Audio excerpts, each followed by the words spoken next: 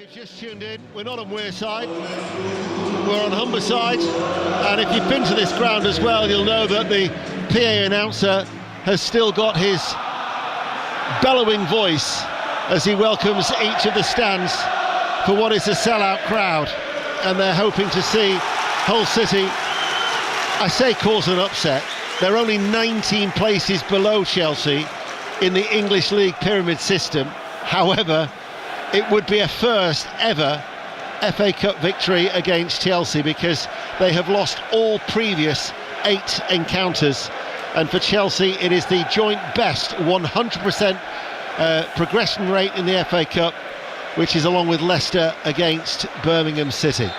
We'll be at Birmingham, of course, over the weekend for their visit of Leeds United, but FA Cup 4th round weekend here on 5 Live is underway, and it is Chelsea in the royal blue shirts and shorts and the white socks who are playing from left to right as we look, defending what is the north stand away towards our left, where the Chelsea fans are housed behind that goal. So Hull City are playing in their amber and black from right to left as we look high up at the back of the main stand, and already you can see that both managers, Liam Rosenior and Sergei Yakarovich, have taken up positions in their rather expansive technical areas down below. I covered Chelsea actually in the League Cup at Sincil Bank earlier in the season. Lincoln took the lead that particular night. Chelsea still came back, but the start and the first goal is always crucial when you're taking on top flight opposition. As the ball is played out from the back by the goalkeeper Dylan Phillips, and it's hit long by the young defender Cahill McCarthy. There's been a goal in the WSL. Naz Premji. Manchester City 3, Leicester 0. Hemp from the left, another cross, and Vivian Miedemar's header past Olivia Clark. Manchester City 3, Leicester City 0. And how's it started at Wrexham? Owen Gwyneth. Yeah, first chance to Wrexham, poor header back towards Alex Palmer in goal. Josh Windass with a half chance, well saved in the end by Palmer. Hull City are on the attack, and this is Koumas, enters the penalty area, tries to pass the ball across the face of goal. Out towards Giles, delivers a first-time cross, and arriving was Coyle, up in the air it goes, and it's caught by Sanchez. Well, we saw a glimpse of what Hull City are looking to do. We've both spoken about how they're going to try and utilise that pace of that front three, and Koumas making that diagonal run, try to do exactly that, Michael Brown. Look how brave they are. Front three, go and try and press, then they're going to go from back to front as quick as they possibly can, and then can they cross it, can they put good deliveries in? Giles down the left did that, good defending from Chelsea. Sanchez just come and took the pressure off now. The build up into Reece James, they're just going to sort of try and cool it down a little bit, draw the press, and then just try and use those wider ones. Actually seeing Pedro Neto drift inside, actually playing the 10 just off the lap. Estevao out the way on that right hand side, and obviously Garnacho down the left. Here is James back in the side to Fofana, back to Sanchez, all in green inside his penalty area. Good atmosphere at the Hull City Stadium here tonight, 2.5 minutes in here on BBC Radio 5 Live, and because of that front three that are looking to press, so they now chase after the ball over on that far side as it's knocked up towards Neto, who's actually playing almost as a 10 in that central area behind Liam Delap. You've got Garnacho who's out wide on the left, and Estevao on this near side the right. They go back for Fofana and then towards James on the halfway line, and then a little touch from Caicedo, and Andre Santos now takes over as he waits. A little bit of a bare patch in that middle of the field as well. I think it's taken a lot of rain. Mind you, most football grounds up and down the country have taken a lot of the rain, but I'm told that they've kept it a little longer, the grass, to make it look a little bit better than it actually is. They always will. That's the point, isn't it? Do you know, when you try and have these games, you've seen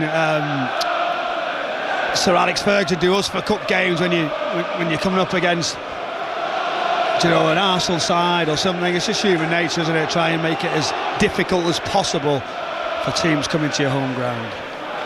Garnacho over on that far side, the left, and now the ball played forward to Caicedo. Looks for the run of Garnacho, who's continued. Liam Delap wins it back.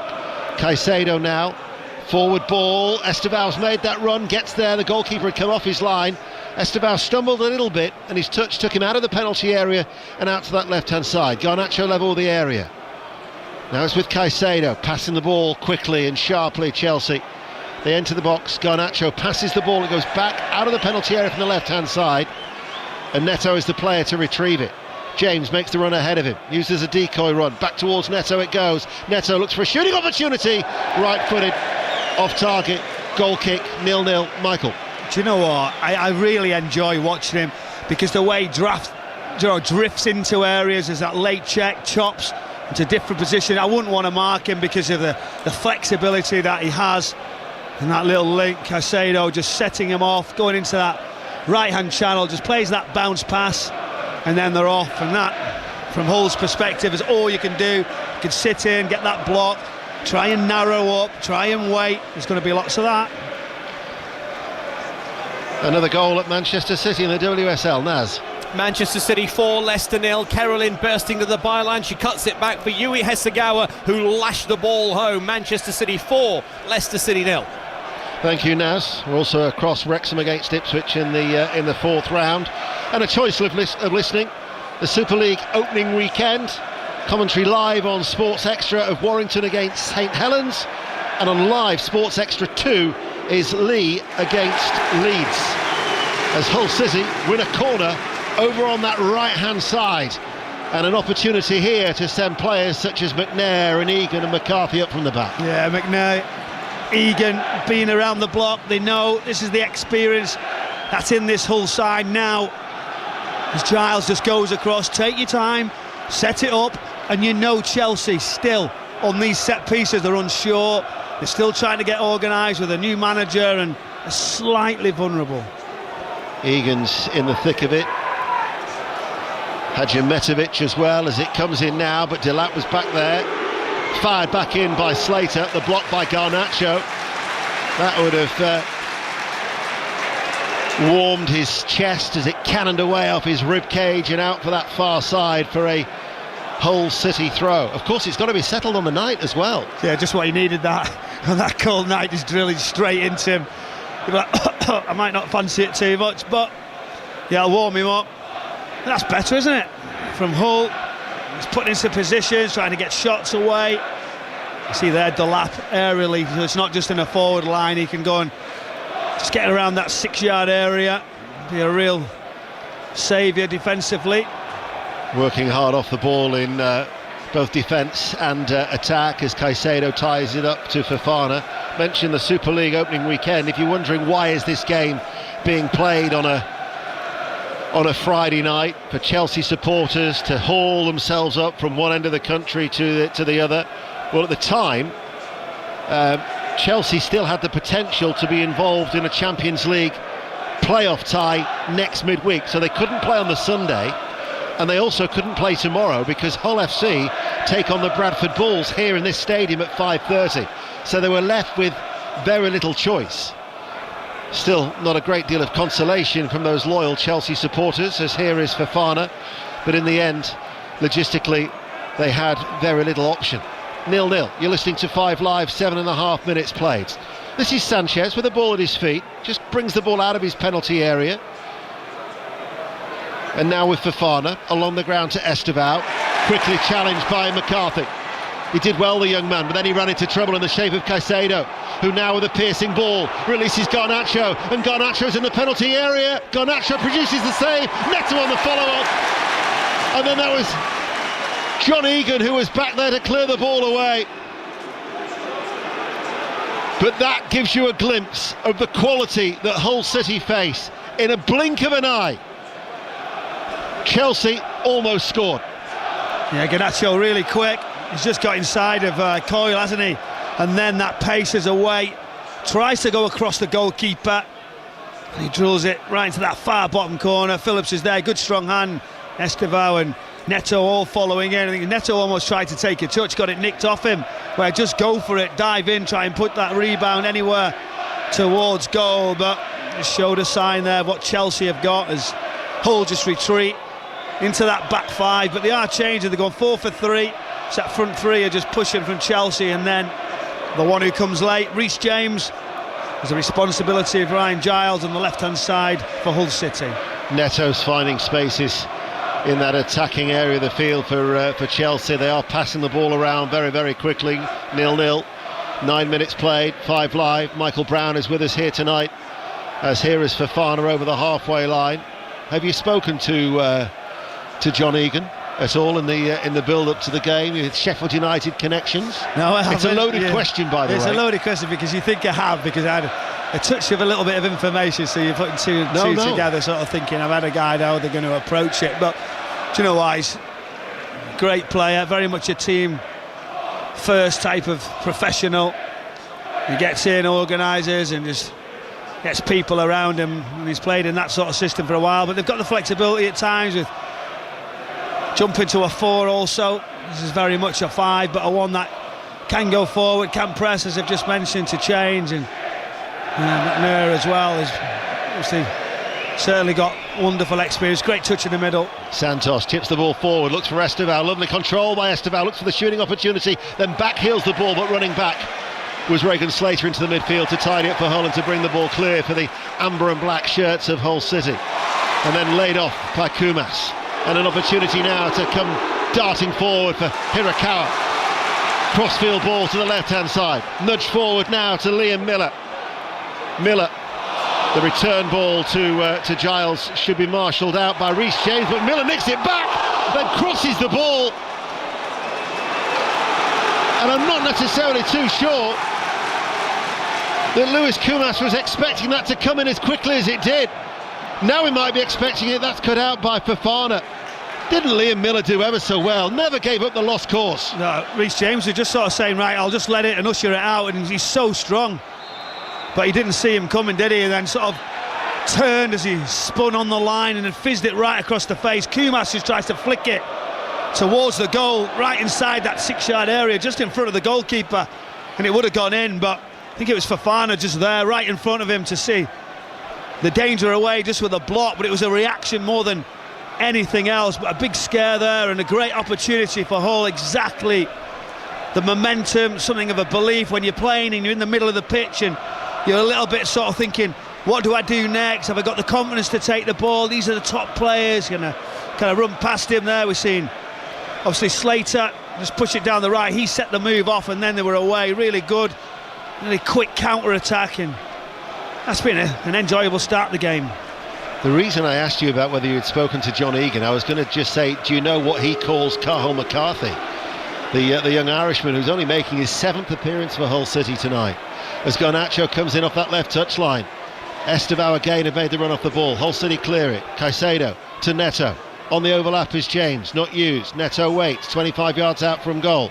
Caicedo along the ground. Passes the ball with pace to James, waits. Caicedo then takes back over. Midway through the Hull City half is Fofana. Now it is with Mamadou Sarr. Getting a glimpse of him. He's tall and lean. It's the 20-year-old Senegal international defender. As Miller tries to hold the ball up and then it's stabbed forward to Kumas, who just tries to spin away from Fofana. Fofana follows him and then the ball is pushed back. So John Egan describes Cathal McCarthy as the Irish John Stones. It's a big call, that, isn't it? That's praise, isn't it? For the 19-year-old defender who joined from UCD, the League of Ireland side. Very versatile, Irish youth international, tall, leggy. I want to see him start stepping into midfield then. Well, if he can have the chance to do it, but it might not be the day to see that. The John Stones like performance. And talk of Manchester City and John Stones, Naz Premji. Manchester City 4, Leicester City 0. Bunny Shaw brace for Vivian Miedema and Yui Hasegawa with the goals. The leaders in complete control here. They have dominated. Manchester City 4, Leicester City 0 at the break. Thanks, Naz. Still no goals between Wrexham and Ipswich Town. That's live on Sports Extra 3, incidentally. Simulcast with the Radio Wales coverage, so you can always get that through the BBC Sounds app.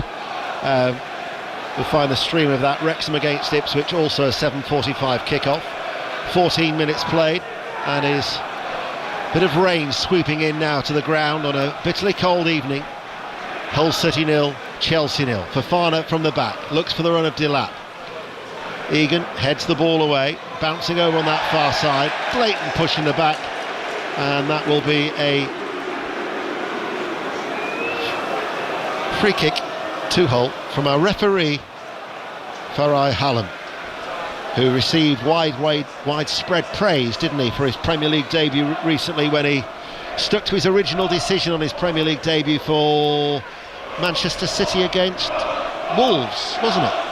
Were you there that day? I was there, commentating, yeah. So whilst I was searching my memory bank, you're thinking, I know the answer, I'm just going to make him sweat. I'm going to make him work hard for it. A high line from Chelsea for this free kick that the goalkeeper Dylan Phillips is going to take, all in purple. He's going to strike this about 10 yards inside the Hull half, right-footed. Egan makes the run forward, but he's going to struggle to keep that ball in play. But the Irish international does indeed do that. Ryan Giles now for Hull, and now with Slater in the midfield. Back out to this near side, the left-footed cross comes in, and the header came quite quickly at Carl McCarthy, reared up a little bit for him, and it was off target, goal kick. Yeah, another cross, wasn't it? That's it, putting pressure onto Chelsea, late run, and he just tries to head it towards goal, just couldn't get over the top of it, but the fans liked it. It's just a little scare, isn't it? As Chelsea build again. Moises Caicedo just got to get on the ball, was waiting for him to start to dictate. It's a great one for, isn't it, for Slater to say, look who you're going to play against. And I was talking in the press room about the reports of how good he is, Caicedo, and it's not just the expectation. He had a huge price tag and we expect him to be a good player, but people think he's going to be even better. Ball through the middle, Esteval's onto it, Esteval around the goalkeeper, and Esteval puts it wide. John Egan was running back, but that was a real chance for Esteval, and left-footed, taking it around the goalkeeper. He puts it high and wide, and it remains 0-0. It's a diagonal ball, he's just off the shoulder, it's a long one, and then he takes his touch. He's so clean, isn't he, when he takes the ball, nice, goalkeeper comes out and he just sits him down. You can see those Hull players recovering towards goal. He looked too confident, too easy for him, and he just thinks he's going to roll it in the net as he's done the job. Wide to the left-hand side, sort of 12, 14 yards out, and he puts the ball way over the bars, really poor, and his teammates just run across. Santos just say, come on, don't worry about it, we're on to the next one. A few others might have thought a little bit stronger. It's now snowing here in Hull. It remains 0-0. It was forecast, but it's just swirling around inside the stadium within this bitterly cold breeze, as Chelsea with Fofana gives it short towards Esteval. The miss wasn't as bad as Cole Palmer's close-range miss against Leeds on Tuesday, but nevertheless you would have expected Esteval to have scored his 7th goal of the season for Chelsea once he'd rounded the keeper. He could have just rolled it though, couldn't he? He'd done all the hard work, good challenge there, but... Hull come forward, Miller looks for one of Giles. Giles on this near side, the left, tries to return the ball to Miller, but it was cut out by James. As we go to Wrexham, Ipswich Town and Owain Gwynedd. It's still 0-0 here after the shaky start. The visitors are settled in well, winning the midfield battle. Couple of decent balls into the box causing problems. George Hurst nearly getting on the end of one. Still 0-0. Well, it's not settling the snow, but it's... and it wouldn't say it's a blizzard, but it is coming down quite a bit. No, it is now. Look at that. It's just changed. Is this the leveller that we see in these FA Cup ties where you go, do the big team fancy it? Are they going to be there? Are they going to be up for the battle? You'd be really disappointed if Chelsea don't go with this team on and win the game, but they've been really made to work for it. It's been a good start, hasn't it, from Hull City? Yes, there's been that big chance there, missed from Chelsea, but Hull have certainly contributed in a good way. Here they go now, spin it again, turn him round just to see if there's any way they can change defence into attack. It's the type of snowstorm that would have you squinting if you were out walking in it. As Chelsea 0-0 against Hull City, we've been playing for 19 minutes, now with Caicedo midway through his own half. Well, you've described it so well now, the listeners will definitely know what type of snow it is. It's like Peter Kay when he says it's that fine rain that wets you through. Here is Caicedo. It's the snow that makes you squint. Here is Garnacho. Tries to peel away from Coyle. But the header goes back. Santos plays it forward. This is Neto. But running back in the midfield to dispossess him was Slater. And then cleared away by Dylan Phillips. But the referee has blown his whistle. And that will be a free kick to Hull City. Liam Rosenior just at the front of that technical area, just going back, just to have a little chat with his team. He's had a look now up to our right hand side. There's a full team of them, isn't there? Analysts with all the data, all the detail, all mic'd up, giving as much information, giving anything that they feel that can change slightly, affect the game. So important these days, and it used to be 1-2, now 4, Dano. Well, as the ball goes long from Phillips straight through to his opposite number, a lot has been made about the return of Liam Rosenior to a ground where he played. Actually a runner-up in the FA Cup with Hull back in 2014. Steve Bruce was the manager, and of course he was a manager here as well. Himself was Liam Rosenior. But Lawrence Stewart actually used to do that job that you're talking about, Michael, for Hull City. He was head of performance. 4 years he spent here at Hull, and now he's returning to this stadium as Chelsea's, or one of Chelsea's sporting directors. So he's come full circle as far as his career is concerned. The goalkeeper's been closed down by Delap. Delap hits the crossbar, and Chelsea still haven't scored. Oh my word, what a let-off. Dylan Phillips has gone to clear. There looks like no danger. Delap gets the block in. He then hits the crossbar, and then he seems to delay, almost as if he thinks, can I touch the ball? There seemed to be a real pause from Delap. And then when he does get the shot goal bound, Hull City managed to get it away. Garnacho meanwhile with a cross. Delap goes down, there's no VAR, play will continue. Here is Caicedo winning it back. He thought he was going to shoot from long range, and McCarthy gets the foot into the challenge. That was astonishing. Right, it was crazy, wasn't it? Because I just feel like the way it was, I think the goalkeeper Phillips was like, well, okay, it's gone, it's going in. So he waits and he looks, and it just hits the bar and drops to the right hand side. And Delap thinks, oh wait. Ball play forward. Hirakawa for Hull City. Gets challenged and fouled. Referee though has already indicated here in the snow that it'll be a direct free kick, which is a couple of yards away from the right corner of the penalty area. 0-0, Michael. Yeah, obviously a dangerous position here, but quickly just going back to that opportunity, it sort of flies into the air, hits the centre of the crossbar. Goalkeeper stranded on the edge of the 6 yard thinking, right, that's gone in.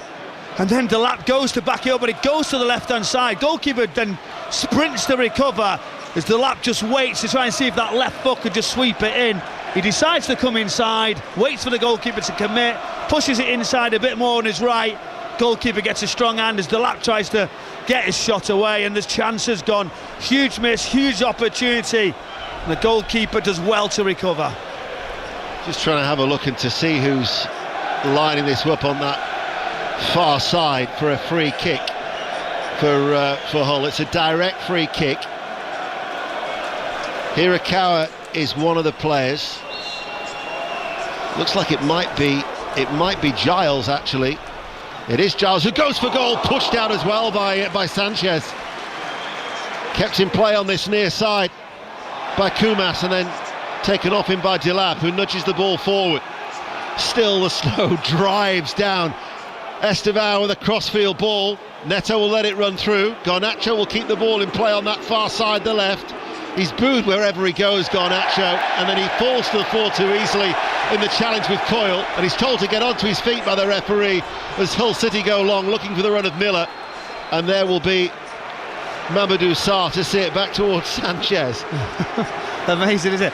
Delap goes down, Garnacho goes down. But I just got another little quick look there, because we haven't got monitors today, have we?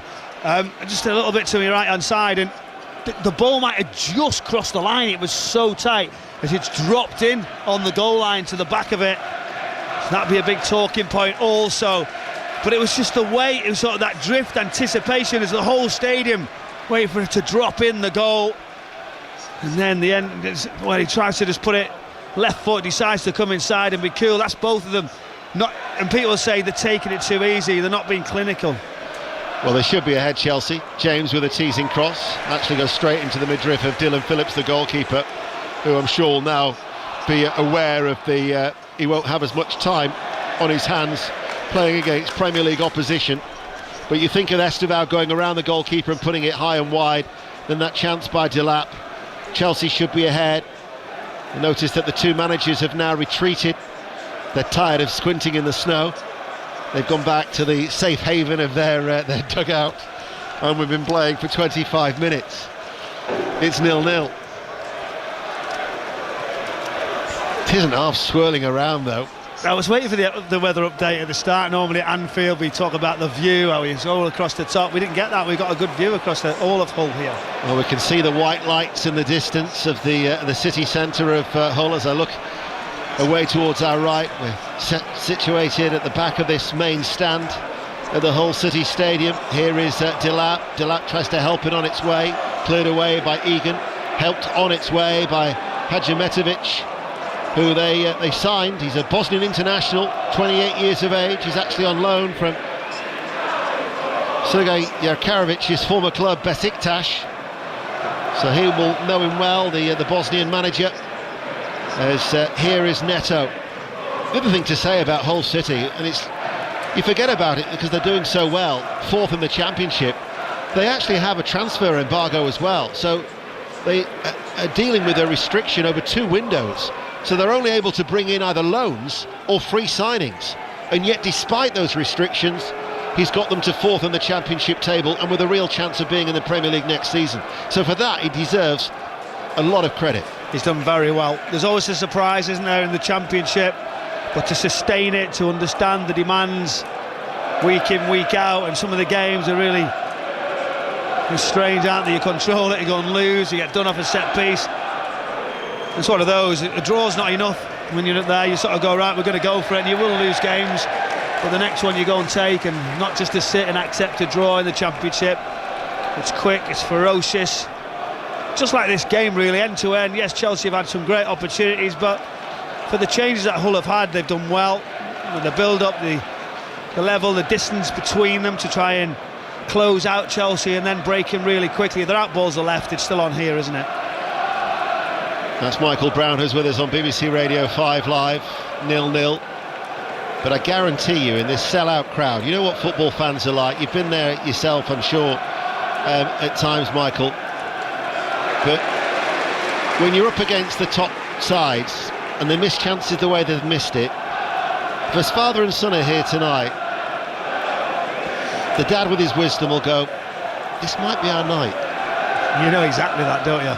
If there's ever going to be one, this could be it, because of what we've just seen.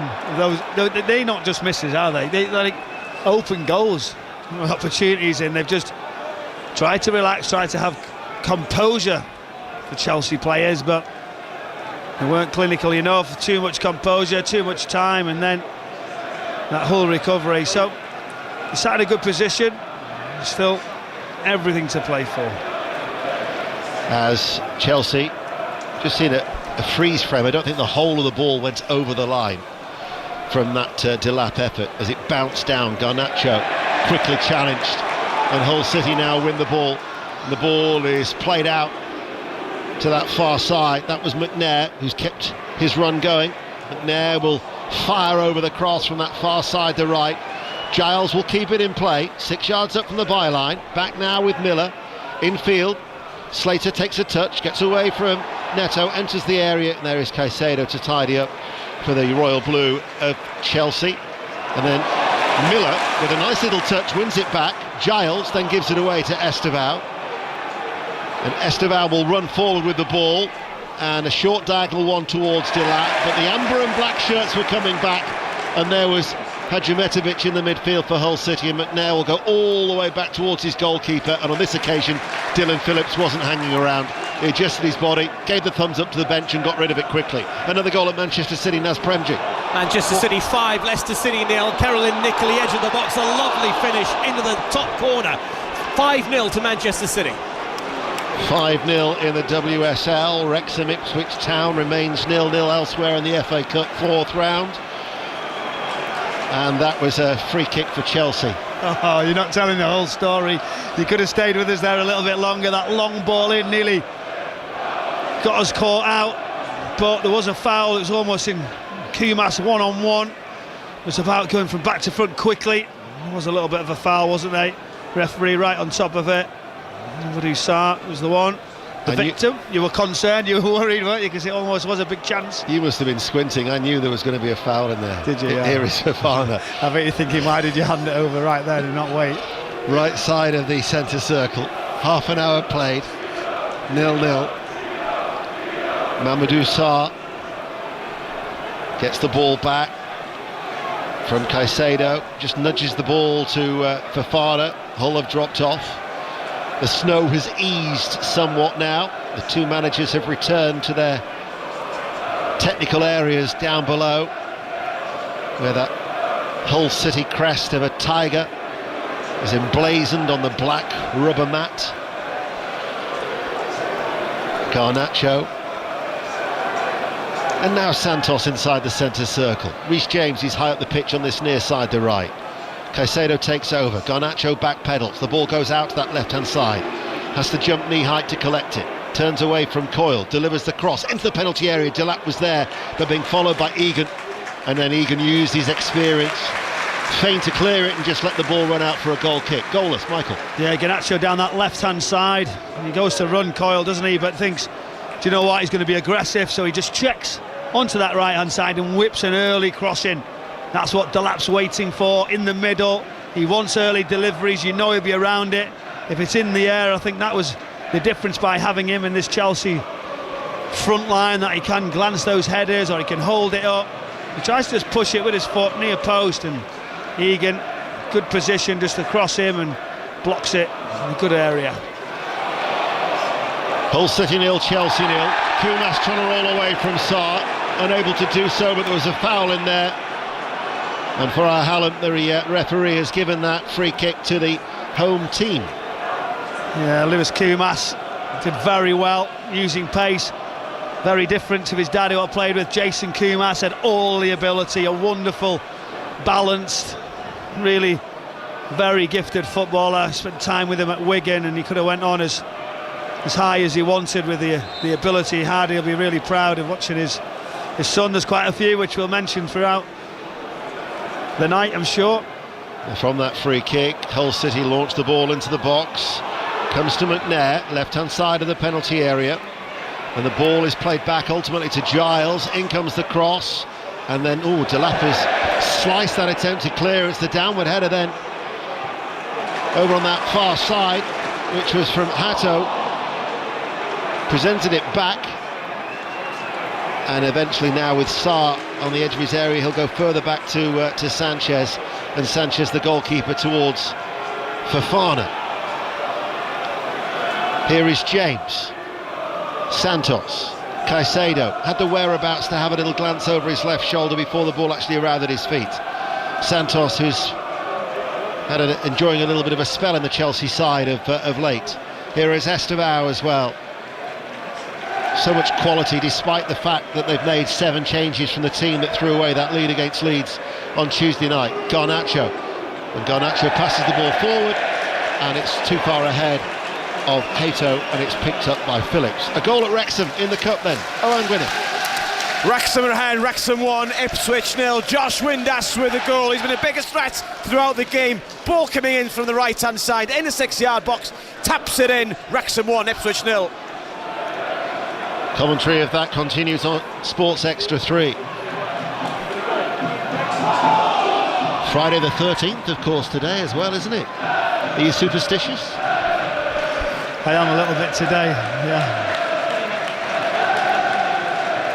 0-0 it remains. Here is Santos, unmarked. Are you? No. Not at all? No. I've always been a little bit. Here is Caicedo. Running away. Hadjimetovic tried to put the challenge in on him, and then the ball is cleared away by McNair. Don't think those stoppages because of the squirrel last week did Paddy McNair many favours, actually, as he's acclimatising to the English game after being signed from San Diego. That was his debut. So the 10, I was told it was a 12-minute stoppage, but now says it was a 10 minutes stoppage for the squirrel.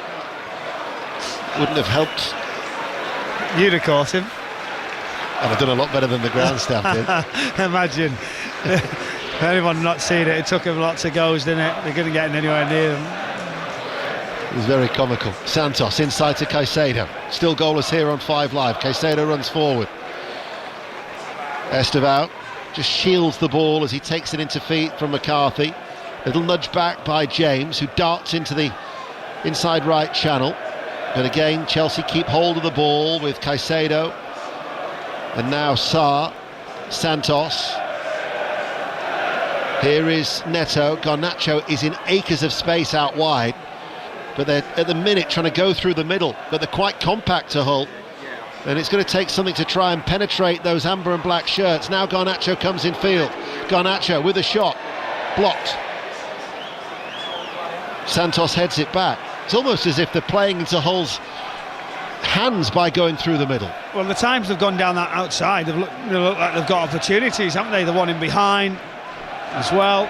Estevao on the shoulder, Garnacho got that one-on-one. And it's one of those, isn't it? Pedro Neto wants the space. Reece James starting now just to drift forward. I think as the game develops, that'll be where they'll overload down the sides and they'll commit more bodies forward, Chelsea. Here is Fofana for Chelsea. Still goalless on BBC Radio 5 Live. And now is with Santos.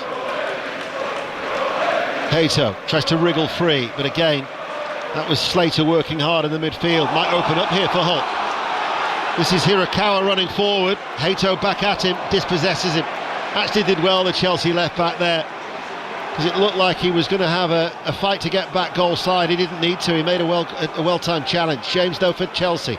Neto now takes over. Estevao running forward. Santos, first time effort, block, might run towards Garnacho. Coyle will get there, and the clearance from Coyle actually came, I think, off Garnacho, but it's kept in play by Hato. Stabs it forward, gets it back then from Andros Santos. Michael. Yeah, it's so close, wasn't it, there, just from Hull pinching the ball back, but they're looking better now. The passing's increased, and then they go and do that. There you go. Right on cue. Remember, there was the curse of the commentator. The passing's getting better, and the ball then goes about 6-8 yards behind Reece James, who tries to retreat, by which point the ball's already gone out of play. I said the passing's not getting any better as it goes down the right hand side. Oh, you can't make that up, can you?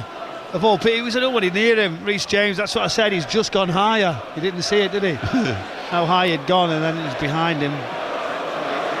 0-0, 8 minutes to go to half time. Ball cleared long by Phillips. Fofana climbs high to head it away. Picked up by Slater. Releases Miller. James, well-timed challenge. And it will be a throw to Hull City, which is taken by Giles on this near side. Cross strikes the back of Caicedo, and here is the young defender McCarthy, who hits a right-footed forward ball. Comes off the head of Fofana, and between he and Hato they managed to get the ball away, but winning it back was Hadjimetovic.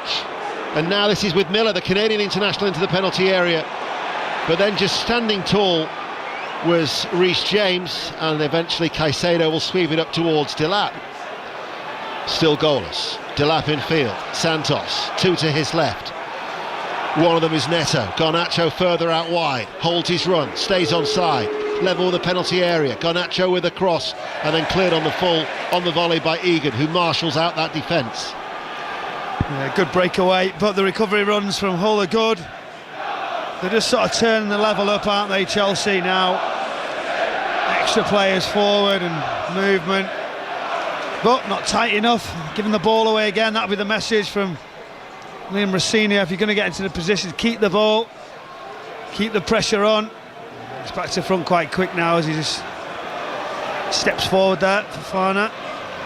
They haven't created a worthwhile chance, Hull City.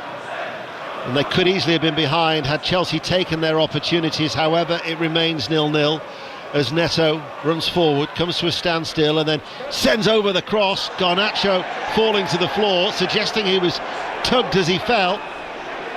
And it goes out towards that far side. That was a delicious cross by Neto with the outside of the left boot as he just sort of like carved it across in towards the penalty area. We've seen Mo Salah do one of those with the opposite side, the other day, sort of Yes. the outside of the left foot in the Liverpool-Manchester City game, and then Neto does it, but Garnacho falling forward too easy. Here is Neto. Neto shoots! Blistering finish. Chelsea take the lead. Quality strike from Pedro Neto. Hit it early, left-footed, finds the bottom right-hand corner. And Chelsea take the lead 5 minutes before half-time. Hull City 0, Chelsea 1. That's a great finish, just into key areas, getting shots away. Obviously too easy, Ozzy, and the chances that they've had before. But the pressure was mounting, there was too much possession, there's too much territory. Pushing forward, pushing Hull back. But it's right on the edge of the area. And he just takes his touch and he sort of crosses with that left foot across the eyes of the goalkeeper right into that far right corner. Really comfortable strike. Goalkeeper just diving down that left hand side, but the strike was too good. His movement tonight from Pedro Neto has been quite exceptional. I mean, there's nothing that I was going to say the keeper young, he's not young at all, he's 30, Dylan Phillips, but the Hull City keeper, there's nothing you can do with a strike like that. It's actually going away from him, I think, isn't it? Well, there's bodies as well in front of him, so when you've got your defensive line in, and then he takes the touch. But what he does, he sort of, they call it, they give the goalkeeper the eyes, where he goes to go out with that outside whip and pulls it back late, and he flashes it right into the far corner. Lovely finish, great pace to the strike. And with that sort of quality, you're always in trouble. One touch, his second touch, he buried it. And after going 8 games without a goal, he's just scored his 8th of the season. Chelsea looking for a second here. Garnacho on the left-hand side. We've got 4 minutes to go to half-time. Hull City looking to just try and stay in the game now, because a second goal here before the break, you would think, would see off any challenge from the Championship team. Let's get an update from Wrexham. Owen Gwyneth. Still Wrexham 1, Ipswich 0, but Ollie Rathbone nearly doubled the lead, twisted and turned from the outside of the box, curled a right-footed effort towards goal. Palmer, super save to stop it going in, diving to his left. Wrexham 1, Ipswich 0. Tomorrow, 5 Live Sport, as usual with Mark Chapman. Live from midday, Burton Albion, West Ham United with Alistair Bruce Ball and Rob Green from 12:15. Around the grounds at 3. And then Scotland, England in the Six Nations, the Calcutta Cup at 4:40 on 5 Live, and that'll be followed by the second half of Aston Villa against Newcastle United. The first half will be on Sports Extra. Liverpool against Brighton and Hove Albion will follow that at 8 o'clock. So plenty of live sport tomorrow. And then on Sunday, Birmingham City Leeds United from 12, Grimsby Town against Wolverhampton Wanderers from 2, and Rangers against Hearts, which is a key game as far as the Scottish title race is concerned, live from Ibrox at 4:30. Here we are though, live at the Hull City Stadium. 2 minutes to go to half-time. The Chelsea supporters are in good voice because their side are leading by a goal to 0. And here is Caicedo to Santos. Outside the centre circle, gives it back to Caicedo. Neto again had made a darting run through the middle, but they held on to the ball in and around the centre circle area, did Chelsea. And Caicedo now plays it short to Neto. Sometimes he comes short, other times he's looking to stretch the defence. Seems to be revelling in that central role, doesn't he, Pedro Neto? And again he comes short and then floats the ball up towards Esteval. Looked like maybe a handball from the young Brazilian. Miller keeps the ball in play for Hull, and then back towards Giles. And McCarthy closed down by Esteval, manages to get it away at the second time of asking to Giles, who hits it long, but straight towards Fofana, who turns and tidies up towards his goalkeeper. This is not the end of the world for Hull. You know, yes, they would have been delighted to go in 0-0, go and have a sit down, go and recover, because the concentration and the the amount of effort you've got to put in these games just to get anywhere near these top sides is what you've got to do. And if it could just be somewhere like this scoreline towards 75, 80 minutes, that's still part of everybody's plan. It gives you a shot at it to go and open things up. You can't do it too early. People who do that, are punished in a big score. Peso, forward ball. Garnacho on the attack, enters the penalty area left-hand side, tries to clip it across, and then actually comes off the head after a deflection of Hirakawa, the Japanese forward, and therefore it's going to be a Chelsea corner kick as we are inside the last 30 seconds or so of normal time here. Chelsea, who are leading by a goal to nil, have a corner on that far side, the left. James has gone across to take it, so it's going to be an in-swinging corner. For the time being, they've got Caicedo and Andre Santos back with the two Hull City players to try and Kumas and Miller if they want to try and launch a swift counter-attack. James floats over the corner, punched away by Phillips. Now all of a sudden Hirakawa can break if he can release the ball. Barged over by Neto. That's going to be the first yellow card of the game. No attempt to play the ball, and Neto is indeed shown yellow. It's one of those, isn't it? Right until the end of the first half, you make a decision to take a foul for your team. There's a slight injury, a bit of a delay here, but it's going to go right into the defensive line of Chelsea. It's going to go really high. Only the 1 minute. Ian, I thought there might have been a touch more of added time. Just imagine the stadium here now, if they can get something right at this stage. Goalkeeper all the way out. They know it's a chance. They've just got to time this right here. Chelsea is staying really high. It's incredibly high, in fact, isn't it? It's almost another 18-yard box, and it's just inside Hull's half as the goalkeeper tries to take it on the edge of the centre circle. Phillips is going to take it. Ball spinning through the air as it goes out to that right-hand side for Hull City, looking for an equaliser in stoppage time here against the Premier League opposition, but there is no time. Michael, your thoughts quickly? Yeah, I think it was a really interesting half. I think obviously Chelsea created those two outstanding opportunities. They were quite sort of casual in their approach. I think Hull had done very well. I think they started off down the left-hand side, showed intent, some good crosses. They had a couple of opportunities, not enough really to trouble Chelsea, but then overall they got the gist of it and then moved the ball and really pinned Hull back, and then it was all about quality. That's what these Chelsea players are about. When you give the space to Neto like that, he's going to punish you.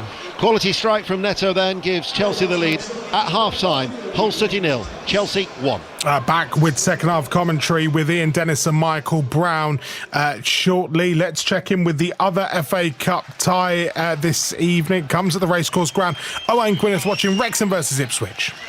Yeah, it's Wrexham 1, Ipswich 0 as we hear the half-time whistle. It's been a half of very few chances between the two sides in the top six of the Championship until Josh Windass' 35th minute goal, his 9th of the season, broke the deadlock. Longman playing the ball in from the right, Windass applying the finish from the counter-attack. Ollie Rathbone nearly made it to Ipswich. Their biggest threats have come from crossing from wide, but haven't forced a save from the keeper. Wrexham 1, Ipswich 0.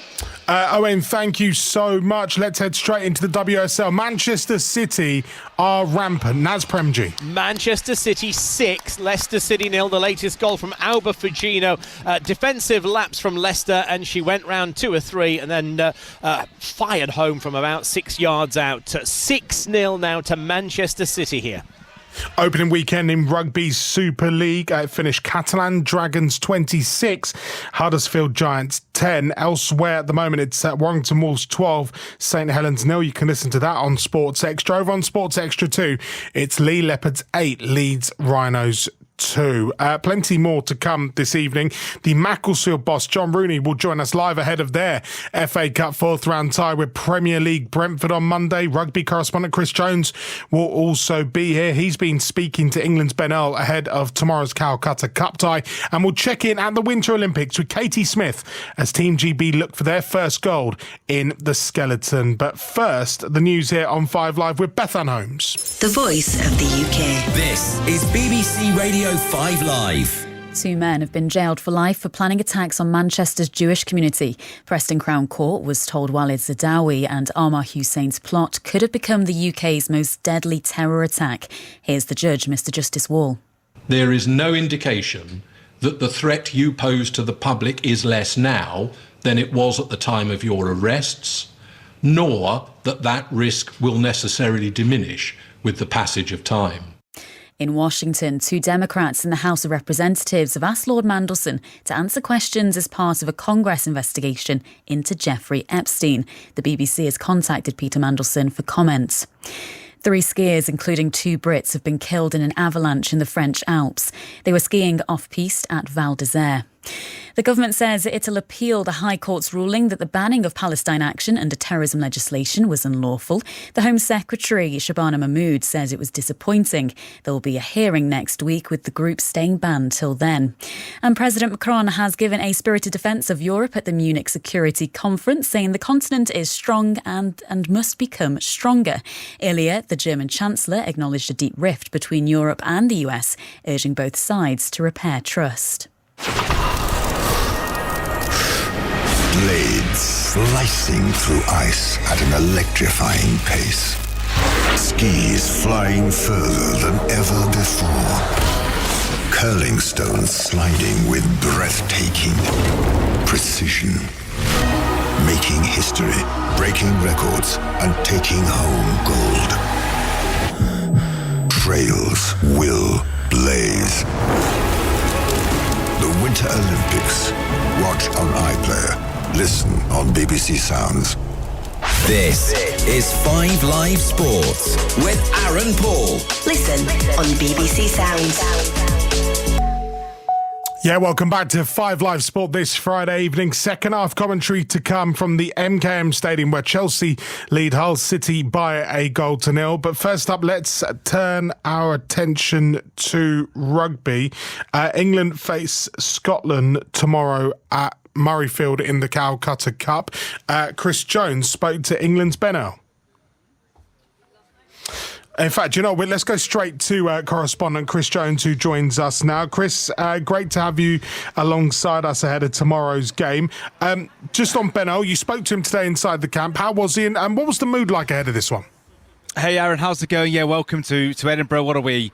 Couple hundred metres away from Murrayfield, the atmosphere building in the city. We've just been on the grass market where the fans have been congregating and enjoying the night before what is always one of the biggest fixtures in international rugby. As for the England camp, yeah, been in there a few times this week. Steely, determined, focused. It's interesting, they are prepared to embrace their record at Murrayfield. Often you get sporting teams that say, oh, do you know what, that was another team, that was another era. It's about the future, it's about us this Saturday. But Ben Earl and the England team very much prepared to discuss their poor record at Murrayfield, the fact they've not won here since 2020, the fact they've lost 3 of the last 4, and the fact really that England's record in the Calcutta Cup, bar that narrow victory a year ago at Twickenham, hasn't been up to much. It's an England team that, as we well know, have won 12 matches in a row. They come into this full of confidence and probably in the best place they've ever been under Steve Borthwick. Scotland, on the other hand, desperately need a reaction after that humbling defeat against Italy. They normally do get them in Calcutta Cups, but they'll desperately need one if they're just to lift the mood around this place, especially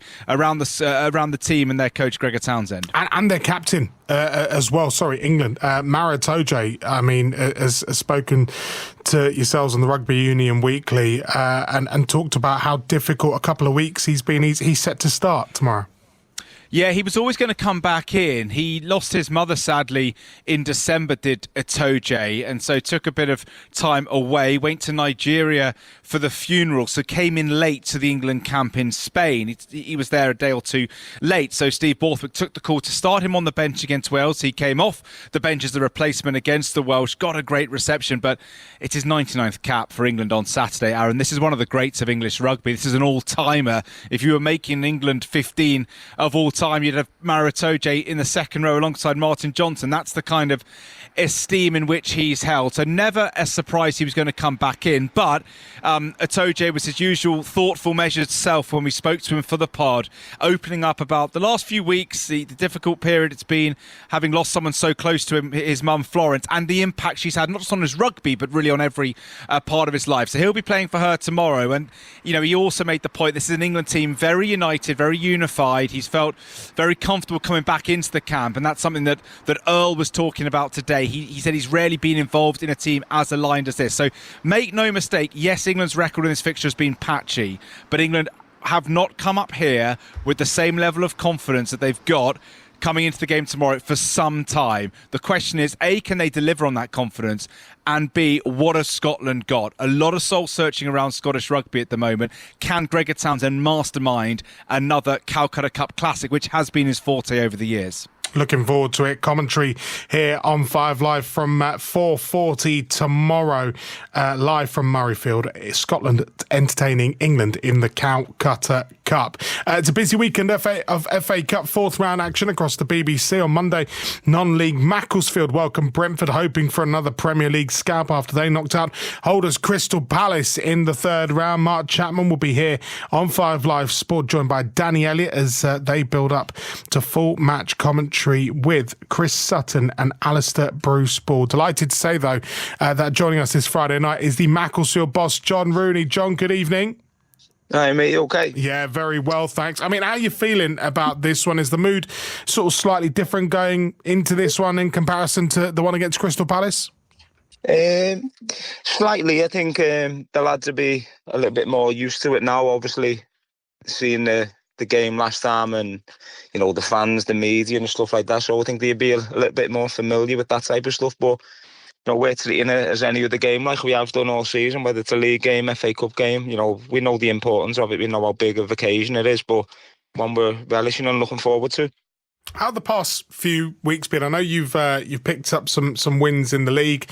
Obviously, a defeat in the FA Trophy. Phil Brown, who's alongside me, was quick to remind me that I think his side were 3-0 down to yours, and they came back and won 4-3. Yeah, they did. Yeah, that's the only one we've lost. No worries, Phil. How are we? Okay. Yeah, very good, very good. Looking forward to your game on Monday night. To tell you the truth, really looking forward to it. No, should be a good one. No, it was the only one we've lost, I think, since against Peterborough Sports with Phil.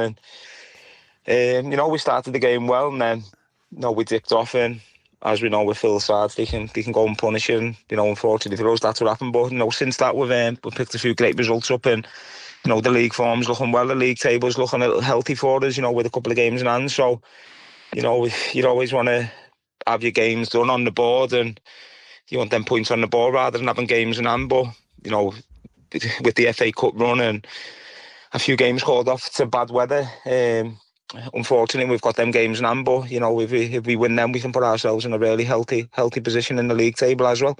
John, I'm thinking, a lot of people say this, and it's testimony to yourself and your backroom staff for the motivation that you're creating. A lot of people say that, it's a good time to play Macclesfield because they'll take the foot off the gas because they've got one eye on Brentford or they've got one eye on the FA Cup. And that has not been the case.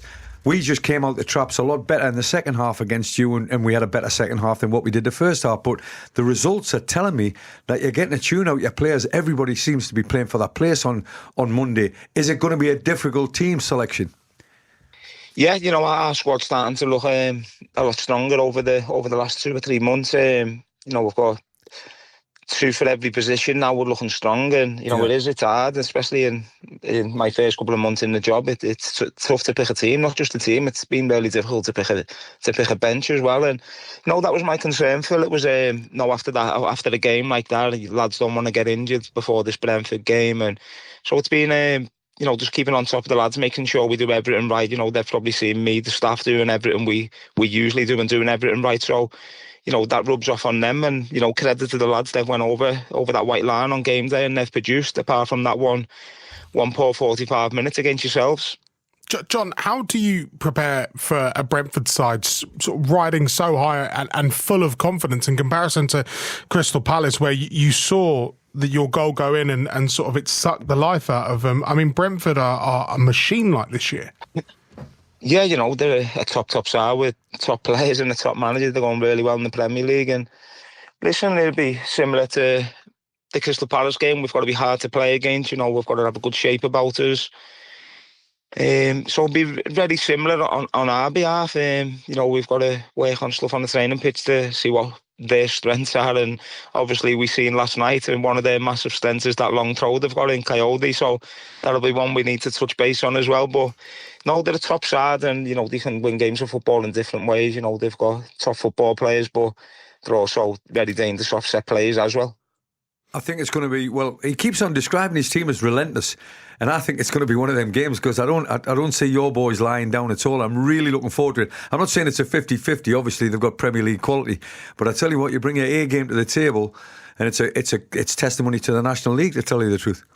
Yeah, you know what it's like, Phil, don't you? You know, them big players, they come to, you know, Macclesfield, small changing room, a cold, dark night. You know, it's some players don't fancy, you know, especially on the 3G pitch as well. They're not used to that, you know. Players at our level, you know, every other week you're playing on a 3G pitch, but them top players who play at the highest level, they're not used to playing on that type of pitch. So it's one, listen, it might be a little bit of advantage for us, and we grab it with both hands if possible. I think we've seen that in the last round when Mark Hayes come out and said he didn't fancy it on that pitch. So it's one of them as well, you know, any little advantage, you know, we've got to jump all over it. And you know, fingers crossed, listen, on the night it's 11-11, as I've touched on, with one ball. And if we're on our A game, then, you know, we stand a chance. And, you know, it's the type of game where you can't carry anyone, you can't carry 2 or 3 players. You know, you need the full 11 plus your subs who are going to come on to all be at it as well. John, we know about the romance and what the cup brings and the joy it brings to people, but none more than the Icelandic ship officer Marino from the North Sea. Videos of him celebrating your Crystal Palace win went viral on social media. I think he's been invited to the game on Monday night. There is a story going out on BBC Breakfast tomorrow, but that's what it's all about, isn't it? Yeah, do you know what? I seen them videos only last night and this morning, to be honest. I'd only just seen them, and I seen he'd done something with the BBC. And no, if he comes over for the game, that'll be brilliant. You know, that's what this competition's all about, especially for teams like ourselves in the lower end of the football and pyramid. So you're not going to put him on the bench, John, are you? Get him on last while, Phil. Yeah, he got his trousers off, started swinging them around his head. John, best of luck to you in that game. Really looking forward to it.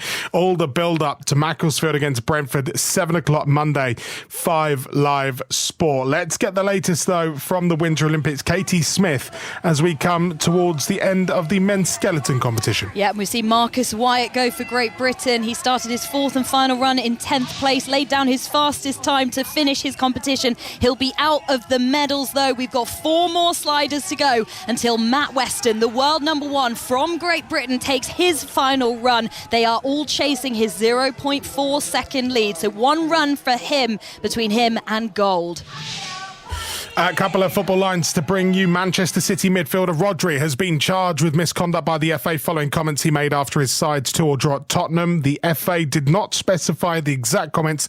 The charge relates to Rodri accused referee Robert Jones of not being neutral. Elsewhere, Blackburn Rovers have announced Michael O'Neill as their new manager until the end of the season. He'll be combining the Rovers job with his current role as Northern Ireland boss. We are ready for the second half of the MKM Stadium. Hull City and Chelsea for a place in the 5th round of the FA Cup. Back to our commentary team of Michael Brown and first Ian Dennis. Thanks, Aaron. Neither side has made a change at half-time. Farai Hallam, the referee, is just checking with his assistants, making sure the 2 goalkeepers are happy as the second half is back underway, with Chelsea leading Hull City by 1-0 in this FA Cup 4th round tie. So I'll run through the 2 teams for you. For Hull City, who are playing in amber and black, they have Dylan Phillips in goal. A back 3 of Paddy McNair, John Egan and Cahill McCarthy. Louis Coyle and Ryan Giles are the wing-backs, right and left respectively. Regan Slater and Amir Hajimetovic in the centre of midfield, with Kirawara, Kumas and Miller as a front 3. So Hull City in this second half, as we look, just to the left of the halfway line, high at the back of the main stand. They're playing from left to right against the Chelsea side in their royal blue shirts and shorts and white socks, who have Sanchez in goal, James, Sarr, Fofana and Hato as that back four, Caicedo and Santos in the midfield, and a front four of Estevao to the right, Garnacho to the left, and Neto, the goal scorer, in that central position in behind Liam Delap. As Chelsea are on the attack with Fofana, out towards Estevao, early ball into James, and then saved diving forwards by the goalkeeper Phillips. Michael Brown. Yeah, good move down the right-hand side. Reece James getting further forward, and in fact he started to drift into a midfield area, which you know he's comfortable to do. They haven't really seen him do that. The extra one in the middle, it's more of the wider position. He's just stayed for the counter. Ian Rossini has said, let's have a look at them. We know they're going to try and spring the attack, and we feel like with that front four we've got enough anyway to create opportunities, and I think he's been proven right. But Hull have had a go, they'll be confident, they'll still come out, keep going. But can they create a touch more in this second half than they did in the first? Well, we will see, as Chelsea, I'm sure, would hope to add a second goal just to quash any thoughts that Hull might have of extending this tie into to extra time. They had to go to extra time and indeed penalties to see off Blackburn Rovers in the previous round, as Delap makes that run out towards that far side, holds the ball up and lays it towards Estevao. Estevao just puts his foot on the ball and then knocks it back towards Fofana, who's right of the centre circle. And here is Sarr now in the centre circle for Chelsea. His only previous appearance for Chelsea was actually against Tunis in the Club World Cup back in June. 20 years of age, signed in the summer, £12 million from Strasbourg. Then he went back, he was loaned back to Strasbourg, made 18 appearances before they brought him back to Stamford Bridge. Obviously he's somebody who Liam Rossini will know very, very well. Yeah, he does, and then he believes in that. He believes in somebody who looks at Liam's development, ways of playing, and he gives everybody an opportunity, whatever the age, and it's just getting caught up there. It's giving Hull a chance to press. Here is Santos, helped out by Hato, who's header forward. Delap battling for the ball, comes towards Hato in field now to James, out towards Estevao. Estevao one-on-one with Giles. Giles backpedals. Estevao shown on the outside, comes on the inside and into trouble with Slater, who has to go into two challenges, loses out to Caicedo. James is now passed the ball forward over on that right-hand side of the area, back towards Caicedo, who's challenged from behind, and Chelsea get a free kick level with the penalty area. The attendance, incidentally, is 24,320. So when you consider that the record crowd here in this stadium is 25,030, we are close to capacity for the visit of Chelsea. The first meeting in 6 years. In fact, they last met in a fourth round FA Cup tie where Chelsea won by 2-1. They scored 2 goals through Batshuayi and Tomori. Grzycki then got a goal back to set up a frantic finish, but Chelsea managed to secure the victory. They have a slender lead here. In fact, there was an H. Kane that played for Hull City that day, but it wasn't Harry. It was Herbie, who was on loan from Liverpool. As from that free kick, Chelsea attack. Cross comes in from the right-hand side, and the header tipped over. Very good save from Phillips, because Santos, with a goal-bound header, but a strong wrist, turns it away. Looks a certain goal. Yeah, good ball in. The delivery was there, and then good contact as the goalkeeper saw that reverse arm coming across. Good save, and now setting it up. So one taking, 2 supporting, drawing those Hull players away, and then you've just got a little sort of 2v2 in the centre of the goal line, 6-yard area. But in comes the corner kick, flicked on and in all the way through. Somehow it's crept in inside that near post, and Chelsea have a second goal. They've got across to take the plaudits of Neto. Not too sure who got the touch, but the goalkeeper is furious with himself at his near post. Hull City 0, Chelsea 2. When you put it into the right areas, when the delivery is on point, and it was Hull actually tried to be clever. They tried to do like what Liam Rosenior did and tried to send a few players away from the goal, and at that point it's caused a bit of uncertainty.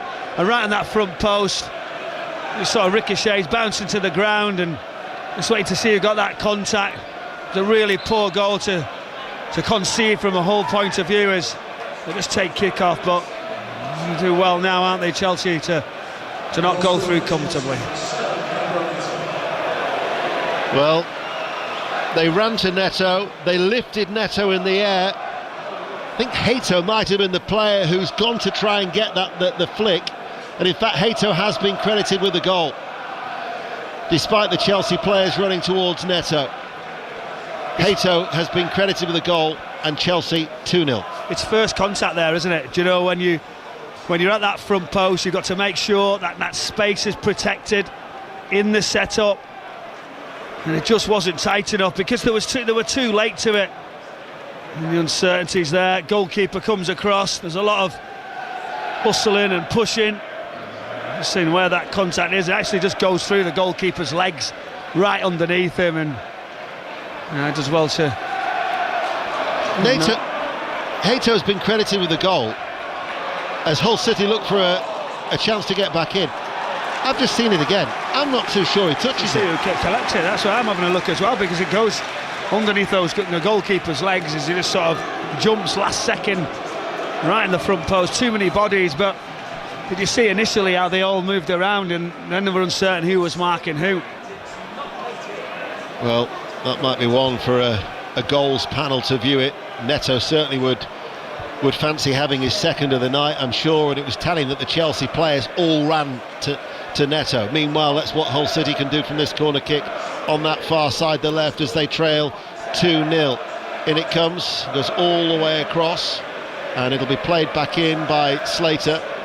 You know, today is World Radio Day as the cross is headed away, and anybody who listens to BBC Radio 5 Live on a regular basis will tell you that, or will know that we always go where the story is, and very, very soon we'll be crossing for the Winter Olympics, because there's a chance of a first goal for Great Britain.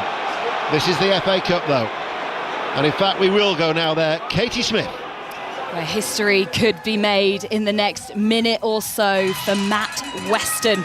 What a rise to the top it has been for the man from Kent, the world number one. Can he finish with the ultimate crown, claiming Olympic gold on this track in Cortina? He pulls the helmet, the white helmet with the black visor over his head, claps his hands. He says it's been an adjustment going from hunter to hunted. All the 23 men in this final are hunting him down. He has one final run between this and Olympic glory, a sprint of 40 metres, and now he launches himself like a rocket in the night sky here in the mountains in northern Italy, prone, aerodynamic, onto his sled. He's been so good through this first technical part of the course, and he maintains a perfect line now, travelling at speeds of up to 90 miles per hour, and he's already over half a second up on Axel Junk in second place from Germany. He's rocketing round these bends now into the labyrinth of the course, the Labyrinthi, the three-point turn. It's perfection again. Is this a victory lap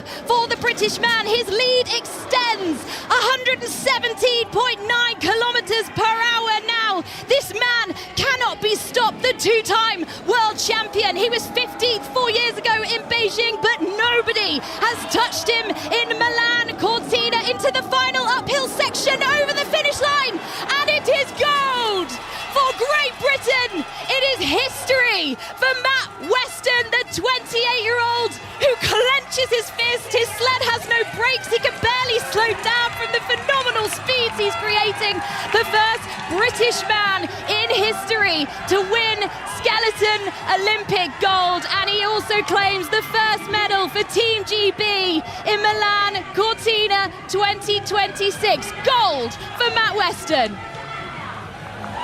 Thank you, Katie, and what a moment delivered to you here live on BBC Radio 5 Live. So congratulations to Matt Weston, that historic gold, and I'm sure there will be further reaction throughout on BBC Radio 5 Live, and certainly on 5 Live Breakfast tomorrow, for what will be a busy day of live sport tomorrow with the FA Cup, the Six Nations as well. And here at the Hull City Stadium, it remains Hull City 0, Chelsea 2, and no doubt the debate's still going on about who got the touch for that second Chelsea goal. But for Hull City, who've been unable to really test Robert Sanchez, they need to try and rectify that, because at the minute there is that clash between the two sides. As expected, though, do you know, when you make changes, your side are not at full tilt, you come up against these players, and as soon as one of them goes in all sorts of trouble, you've almost got to keep it as tight as you can, take the lead. They just don't really seem to have enough threat, have enough ability to turn Chelsea around and then cause problems. There's another stray ball there, just goes away on that diagonal one. Well, it'll be hard to be out there now playing, feeling like you can, but anything can happen. Just keep plugging away. Is there a set piece? Is there something? But Chelsea are starting to cruise. Well, Chelsea have the rest of an 8-day break before they take on Burnley, but after next Saturday for Hull City, they have 3 successive weeks of Saturday, Tuesday, and I think that was at the back of the minds as coming forward on this near side was Kumas to win a corner, just to try and give a bit of a rest to Ollie McBurney, who's got a bit of knee and back problems, and the promising defender Charlie Hughes with a groin issue. Change of the goalkeeper. Their priority is promotion to the Premier League and the financial rewards that bring with it, but never at any point has a cup upset looked likely as we approach the hour mark here tonight. And what now is a dry night after the snow in the first half. In comes the corner from the right hand side, cleared away by Estevao, and full time in the WSL. Naz Premji. Manchester City 6, Leicester City 0. Goals for Shaw, a brace for Miedemar, Caroline Hasegawa and Fujino. Routine win, City 11 points clear. Manchester City 6, Leicester City 0. Wrexham still lead Ipswich Town in the FA Cup 4th round. We've got Rugby League commentary for you live at the moment on Sports Extra. Warrington St Helens live on Sports Extra 2 is Lee against the Leeds Rhinos. That Wrexham game actually is live on Sports Extra 3 as Chelsea, because of that 8-day break, I think Liam Rossini had said that he was going to go a stronger side than maybe he would have done had they been playing next week with the Champions League playoff tie, but to keep the players ticking over as Delap goes on the outside and Delap comes forward, Delap pulls it back, it's Estevao, 3-0. Chelsea are in cruise mode. Delap did ever so well. Estevao missed a sitter in the first half. He wasn't going to make the same mistake. It's Hull City 0, Chelsea 3. That's real quality from Delap. And down that right hand side, I was just thinking, you know, this is a game for him to go and get a couple of goals.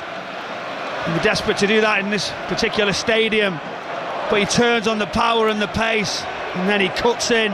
I'm thinking, there you go, as it's getting tighter just from that right hand side as he's approaching the corner of the 6-yard area. And can he dink it past the goalkeeper? He doesn't. He just sets it off, very unselfish. He waits, he sees Estevao just approaching, and Estevao central, opens that left foot, roof of the net, comfortable finish for him, but it was all about Liam Delap creating for his teammates. Well, Liam Delap, 8 goals in his 32 appearances 2 seasons ago. They couldn't handle him. Chelsea are going to make a double change. It's Caicedo who's coming off, as well as Reece James. Reece James, who's just returned after missing the last 3 matches through illness. So Josh Achimpong will replace Reece James, and Caicedo comes off, and Enzo Fernandez, a World Cup winner, comes on to replace him. He's been involved in 5 goals in his 7 FA Cup ties, has Enzo Fernandez.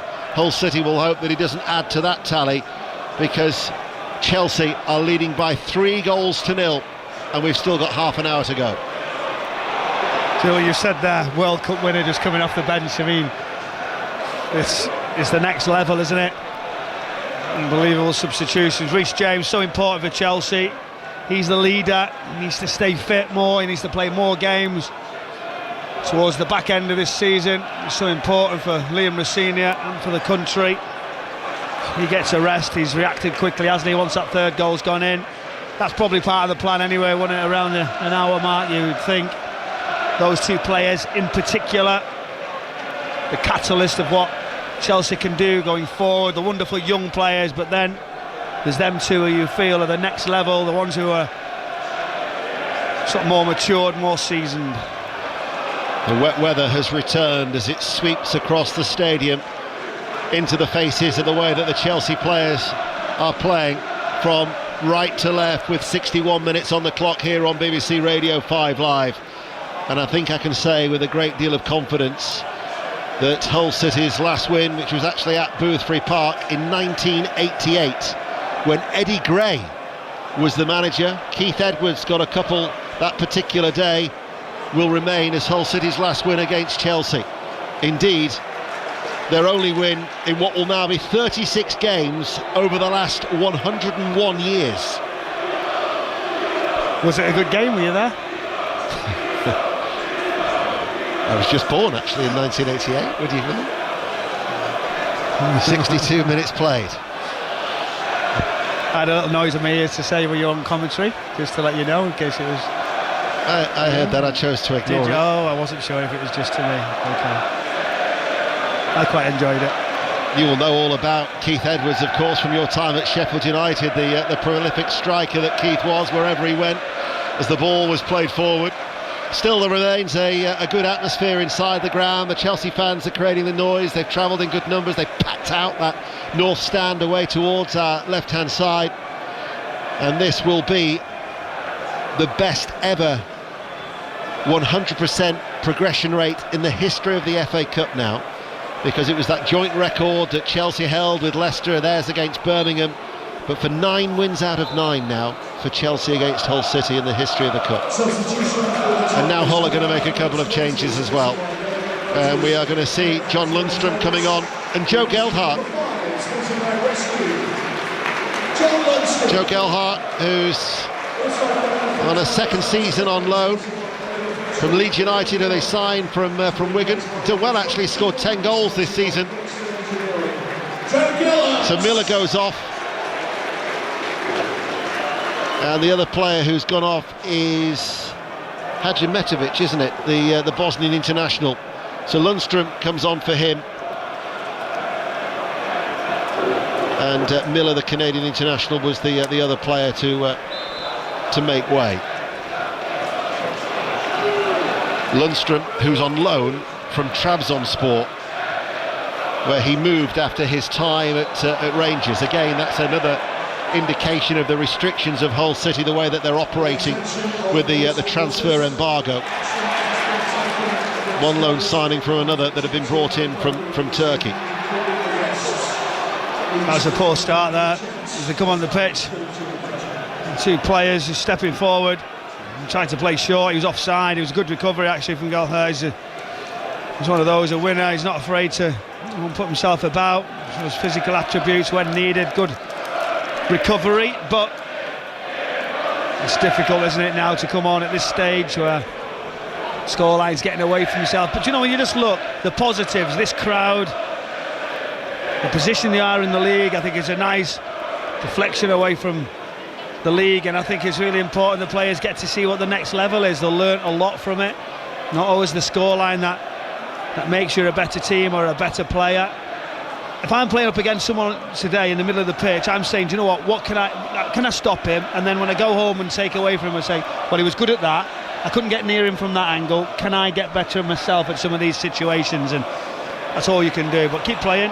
Delap makes the forward run. Fernandes looks to find him with a cut back towards Garnacho. Incidentally, there's been a message on the giant screen away towards our right about a warning to stop the discriminatory chanting that has been taking place inside the stadium.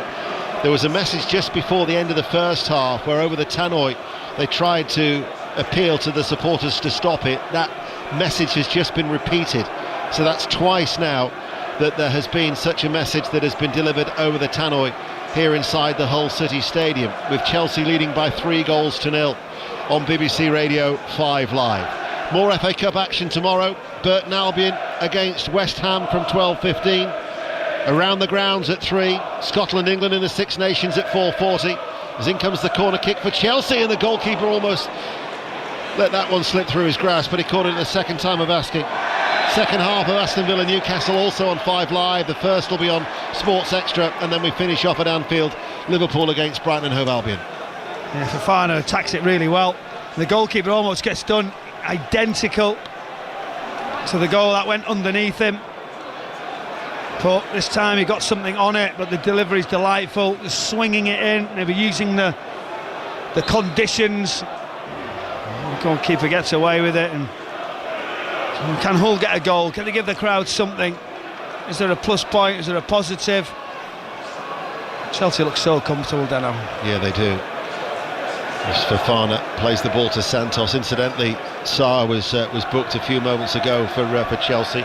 Second Chelsea player to be booked. Neto and Sarr now have gone into the book of referee Farai Hallam. Chelsea leading 3-0.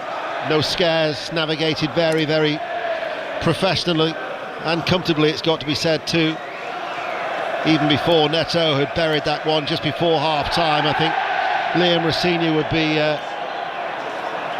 be very content. He's seen his side make the changes. They've had the desire. They've had the right application from the very first minute, haven't they, Chelsea? Yeah, they have. Once they're sorted out, once they've been able to get the wider players, force the full-backs of Hull back, and then the momentum in the middle of the pitch is so difficult to just drop in. Neto drifts in and out. Estevar, wonderful player, and then Delap's just leading the line, pushing in behind when needed. He's gone offside, yeah.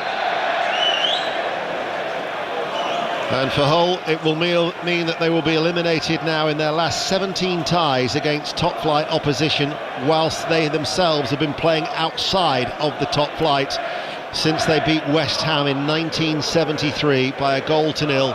Ken Houghton with a winning goal scorer, and Terry Neal was the manager for Hull City, who went on to manage Tottenham and then Arsenal. That was the last time that they knocked out top-flight opposition in the FA Cup. Chelsea have had no such problems here tonight as the two supporters continue to bait each other on that far side of the ground as we're midway through the second half on BBC Radio 5 Live. Chelsea going through to the 5th round, but you know what will be on the back pages of the papers tomorrow, and indeed the front pages. It will be Matt Weston claiming gold in the Winter Olympics.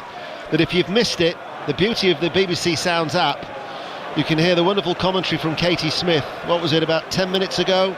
Just press the rewind button, keep scrolling back, and you can hear it, because that is a commentary that you'll hear time and time again, I would imagine, over the coming hours on BBC Radio 5 Live. And in fact, we might even cross for the medal presentation for Matt Weston at the Winter Olympics on what is going to be an unforgettable night for him.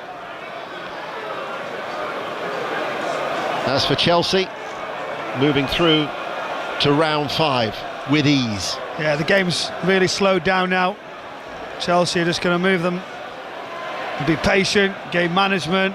If they step forward, then punish them, try and make it even worse for them. But look at the little areas, the give and goes, the touches. So easy because they're confident, they're up, we know they've got the talent. Even taking a few risks there as they lose it, get it back. They look bright, don't they? They look like they've got energy, they're looking sharp, they look like they can get another one anytime soon. Yeah, they do. Garnacho, Neto strokes it forward. Hato on this near side, almost level with the penalty area. Here is Neto once again to Enzo Fernandez. 20 minutes remaining as Santos now takes over in the centre circle. Played forward. Esteval comes into a central area. He's got two to his left. He's continued a forward run. Neto shapes to shoot, looks for Delap with his back to goal. Back towards Neto, and Neto buries it. So easy. They worked it so well. And Chelsea are breezing into the 5th round. Neto increases their lead. He'll be looking even more to claim that corner now direct. If so, then that will be a hat-trick. 4-0. Well, the combinations of players, understanding the strengths of your teammates. Pedro Neto just driving into the middle, and he's just waiting for that give and go, and he flicks it inside. But he accepts there's contact for Delap. There's people around him, but he just uses his arm, holds the ball off, sets it off really nicely. The give and go, the follow from Neto, steps forward into that penalty area. Central just sweeps it really calm into the corner. It makes it look so easy, but it's not. It's the detail, the pace, the timing and the weight of passing, and understanding that Delap will hold it all day long and feed it back to you. I think he's been superb tonight. He's absolutely revelled, hasn't he, in that central role. He's a brilliant player. He's so intelligent, and you know, we don't always see the best of him. There's a chance for Hull. Hull are attacking, looking for a consolation. In it comes, and it's still now cut out by Hato, who was on the cover, into his 6-yard area to make that challenge. Still, they want to protect that clean sheet. We'll try and bring you as much live reaction as we can before we're off air at 10, before we hand over to Stephen Nolan. But this tie is done. Chelsea lead 4-0. What's the latest though at Wrexham? Owen Gwyneth. Still Wrexham 1, Ipswich 0 after a bright start in the second half. Wrexham were lucky to still be ahead. Good save by Okonkwo, keeping Ipswich at bay, but Wrexham have since found their feet and started asking questions again. And Wrexham 1, Ipswich 0. Well, earlier Michael talked about the possibility of seeing sons of their footballing fathers. Liam Delap, of course, with Rory. We've got Lewis Koumas for Hull, the son of Jason. And on the Chelsea bench, Jesse Derry, who is the son of Sean Derry. And recently, Chelsea had Charlie Holland on the bench for that second leg against Arsenal, the son of Steve Holland. But Charlie Holland didn't get off the bench on that occasion, as that was a poor clearance by Sanchez. And Koumas, good skill by Koumas on the right-hand side of the area. And maybe an opportunity to deliver the ball from this near side from Joe Gelhardt, but unable to do so. But Jesse Derry, who joined Chelsea from Crystal Palace in the summer, is actually going to come on and make his Chelsea debut. Oh, that's amazing, isn't it? I am showing my age. Obviously Sean Derry, combative, wonderful midfielder, and recently in Gary O'Neill's assistant manager at Wolves. They bought him from Palace, and he's not the only one that Chelsea have gone and took from Crystal Palace's academy. Ben Watson's son Reggie, the next one. You can watch out for him, I tell you, he's coming very, very quickly. But what a moment. The other player to be coming on is Tosin, who's missed the last 7 matches with a hamstring injury. But the story of the night is with Matt Weston, and now we can cross back to Katie Smith, where he's about to receive his shiny gold medal in Cortina in the foothills of the Dolomites in northern Italy. Although you can't see them right now, it's pitch black, stars sparkling over the head of the British man who just kept getting faster and faster. 4 runs over 2 days, and he set a track record each and every time. La Grande-Bretagne, gold medalist and Olympic champion, representing Great Britain. Medaglia d'oro e campione olimpico per la Gran Bretagna, Matt Weston! And such fantastic British support here for the 2-time world champion, the 2-time European champion who looks up to the sky now. This was the one he so desperately wanted. He is now the Olympic champion, the first British man ever to do it, as he clutches the medal in both hands and looks almost in disbelief. There was a moment 6 months ago he tore his quadricep in his leg. He thought he wouldn't even be here, and now he stands on the top of the podium. He roars in delight to the fans, to the sky, and now we will hear the national anthem of Great Britain and Northern Ireland. Pour l'hymne de la Grande-Bretagne. Ladies and gentlemen, if you can, please stand for the anthem of Great Britain. Signore e signori, se potete, per favore, alzatevi in piedi per l'inno della Gran Bretagna.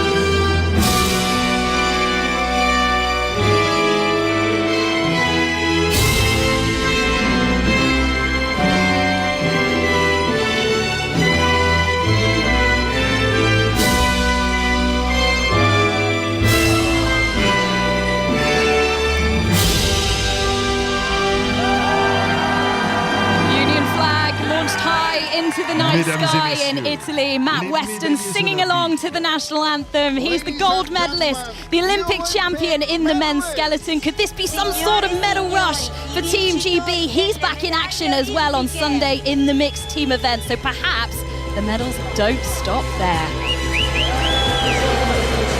Thank you, Katie. BBC Radio 5 Live, combining the FA Cup 4th round with live gold action from the Winter Olympics. As Chelsea have made a couple of changes, Tosin has replaced Fofana. Jesse Derry, the 18-year-old, the son of Sean, has come on for his debut to replace Estevao. And then a couple of changes for Hull City with Kyle Joseph, who has come on, as well as Cody Drammer, who they signed on a free from Leeds, the former Fulham player, in 2024. The players who've gone off are Louis Coyle, the captain, and Hiri Kara. So Joseph to replace the Japanese player, and Drammer will just slot in there for the captain. And incidentally, on the BBC Sport website, as we suspected, when Neto got that third goal, he has now been credited with the hat-trick. So that corner that was initially credited to Hato has now been given to Neto. So he has scored a hat-trick here tonight for Chelsea as they lead by 4-0. And we've still got 12 minutes remaining. As the ball is cut back, looking towards Delap, he'll be desperate to get on the score sheet himself. It's a corner kick. Michael. Yeah, good break. Still the intensity, willing runners. He just keeps it in down the right. There's just a little bit of movement. And the substitutions, it always becomes a bit disjointed when there's a score like this now. And some of these players getting on will be like, right, I want a piece of it, I want to try and get a goal. Especially young Jesse Derry. You want the action, you want a touch. But Delap also, I think he could do with a couple of goals, Deno. Yeah, Delap. Just the 2 goals that he's scored so far this season. In comes the corner, chipped in. Again, the keeper under all sorts of pressure in that crowded 6-yard area.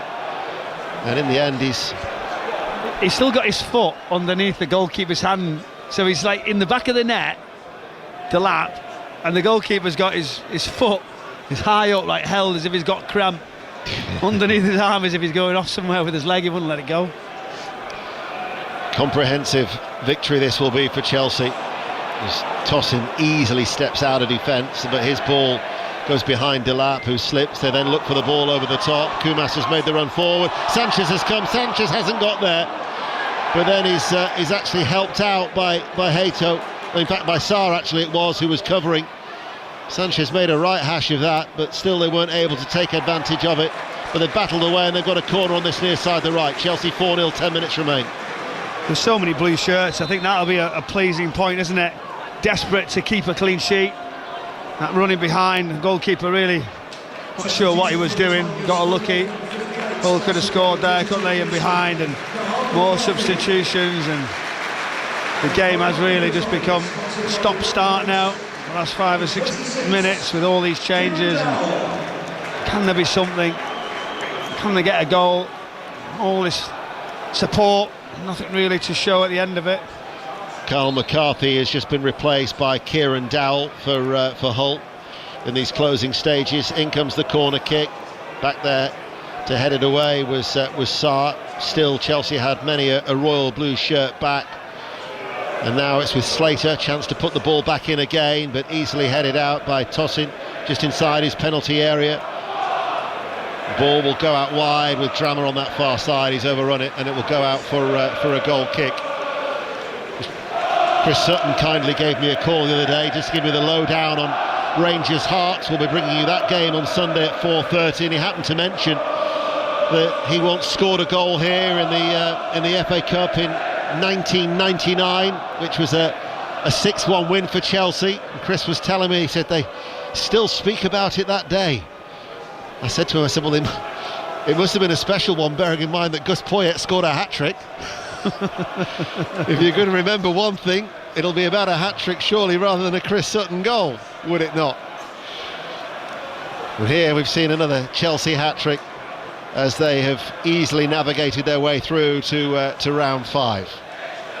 4-0 that they lead. and we've got 9 minutes of normal time remaining. Hull, though, still battling on and looking for a consolation, and through Giles they win a corner kick on that left-hand side. He did really well. It was a cheeky nutmeg, actually, to get into a position. He thought, why not, I'm just going to try it. Then there was nobody forward enough. He tries to just drill it near post. The goalkeeper there just put that right leg out, seen it to the side netting. Now a chance. It's got to be right on point here. Lundstrom's causing problems. Corner kick from that left-hand side, downward header, doesn't really go goalwards, it just sticks to the ground, and then the cross on the run is eventually volleyed away from Delap, who was back there helping out. He can do anything, you know, Delap. I think he's like that throwback striker where if he's got to mix it up, if he's got to clear it, he's got to use his strength, got to tackle, got to use finesse, got to use a bit of pace. He's like the all-round sort of number 9. We don't often see these type of moulds anymore, but really good player, effective. Well, Liam Rosenior will be absolutely buzzing with the way that his side have performed and maintaining their good run of form, as Dowell just tries to tickle the ball forward, and the cross in the end comes in, and it will go behind from Kyle Joseph for a corner kick for Hull City. I think for the supporters who've turned up tonight on this bitterly cold night, those that have remained inside the stadium, because there are now empty white bucket seats dotted around the ground to try and beat the traffic. They'll be hoping to see their side find the back of the net to give them something to celebrate with 7 minutes remaining, trailing 4-0 here on 5 Live. In it goes, and it comes off the head of Garnacho on behind for a successive corner that Giles will take for another in-swinger on this near side, the right. Yes, to get another one, but it's got to be better, hasn't it? It's just got to be in the right areas. He started off the game putting it into good positions, but now, come on, put it right on top in that 6-yard area, right around towards that back post. Waiting then to take the corner kick. In it goes towards the near post, headed out by that tall, lean figure of Tosin, and then unable to keep the ball in play was Giles, and it goes out for a Chelsea throw. Tired, wasn't it? Yeah, it looked exactly that. Drained, the scoreline, the focus, the concentration. I think it's one of those, isn't it? Can we call it a day now? We've had enough, we've enjoyed it for a group of players. We've given a lot of plaudits to the Hull City manager, Sergej Jakarovic, and the way that he's got Hull City challenging for promotion, 4th in the Championship. But there's an interesting tale as to how Dean Holden, whose experience of the English League, I think, has also been instrumental in just guiding Jakarovic, who brought 3 of his assistants with him. 3 of his assistants who've worked with him earlier in his career in Croatia, or indeed in Turkey, as Derry gets a little touch there as well. And after Dean Holden had left being the assistant with Steven Gerrard at Al Ettifaq in Saudi Arabia, he had a coaching period at Adana Demirspor, and they were actually coming up against Sergej Jakarovic, who tried to get one of the Adana players sent off. And so, ball goes back to Phillips, he clears.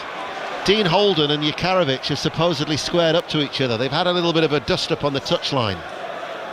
And then when it came that Hull wanted somebody with the English experience, they interviewed 3 or 4 via Zoom, and the coaches remembered Dean Holden from that little dust-up. And Sergej Jakarovic liked his desire and his will to fight, and also the fact that he was testing himself abroad, and that helped him get the job here at Hull City. Yeah, he's been around a long time now, hasn't he? Understands the roles. Good coach as well on the grass. And it's a nice little story now. You meet people. Brilliant from young player. Look at this. There he is. He's introduced himself to the Chelsea supporters. The 18-year-old Jesse Derry, with his flash of blonde hair and his equally bright red boots, a little bit nimble. And talking of a teenager, Shim Mayuka, who made his debut last season against Astana, is going to come on for his 8th appearance.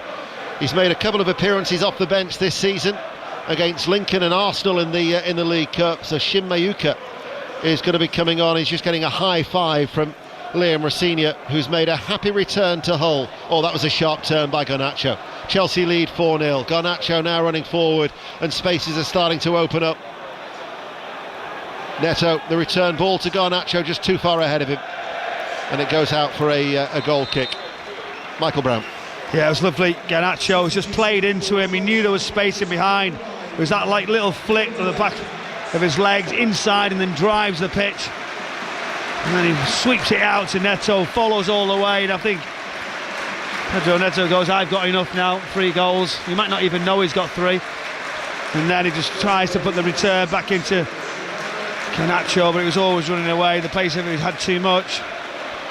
Lovely ovation there as Liam Delap has substituted, not just from the Chelsea supporters, but from the Hull City fans who've remained into the stadium as well, remembering his efforts whilst he was on loan 2 years ago, as Shin Mayuka comes on to replace him, and we have 3 minutes of normal time remaining. Chelsea leading by 4 goals to 0.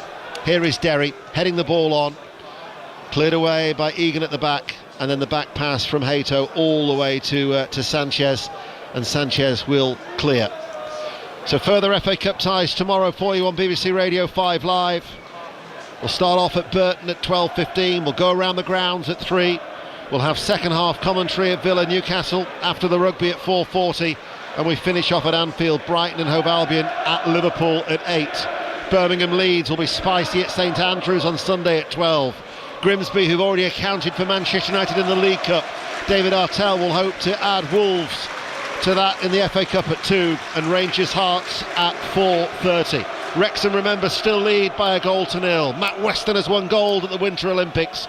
We're on air through until 10 o'clock here tonight before Stephen Nolan takes over, so do not go anywhere. We'll try and bring you the live reaction as Liam Rosenior is seeing his side coast into the 5th round. And for Chelsea, they have progressed, or they will now progress, from 63 of their last 65 FA Cup ties against teams outside of the Premier League. The only 2 to beat them, 2 Yorkshire sides, Barnsley at Oakwell in 2008 and Bradford City with that monumental cup upset in 2015 under Phil Parkinson. And if you recall, they were 2-0 down at one stage at Stamford Bridge as a League One team, but went to knock them out by 4 goals to 2. Phil Parkinson's Wrexham still leading Ipswich by a goal to 0 as we have 60 seconds remaining. Yeah, another yellow card there, late challenge. The frustration just creeping in for these Hull players. Those Chelsea supporters have stuck in right till the end and been very vocal. Great support all round in this game. As you mentioned, the travels on a late Friday night, but Liam Rosenior in that technical area. If it wasn't just for that late comeback from Leeds in the week, it would have been even better. His start to his Chelsea career as manager or coach, it's been a really positive one. It's been good. He's had a bounce from the players, and it's now what can he end with? Can he get a trophy? Can he climb them into that sort of top 4 position? And it's one of the things he'll want to do, but he'll be really delighted with a tricky fixture tonight. Yeah, 3 minutes of stoppage time to be played here at the Hull City Stadium. Hull City 0, Chelsea 4. Here is Santos playing the ball in field. Neto, a lot of space to run into now. He's got Achimpong and Derry going ahead of him for Chelsea.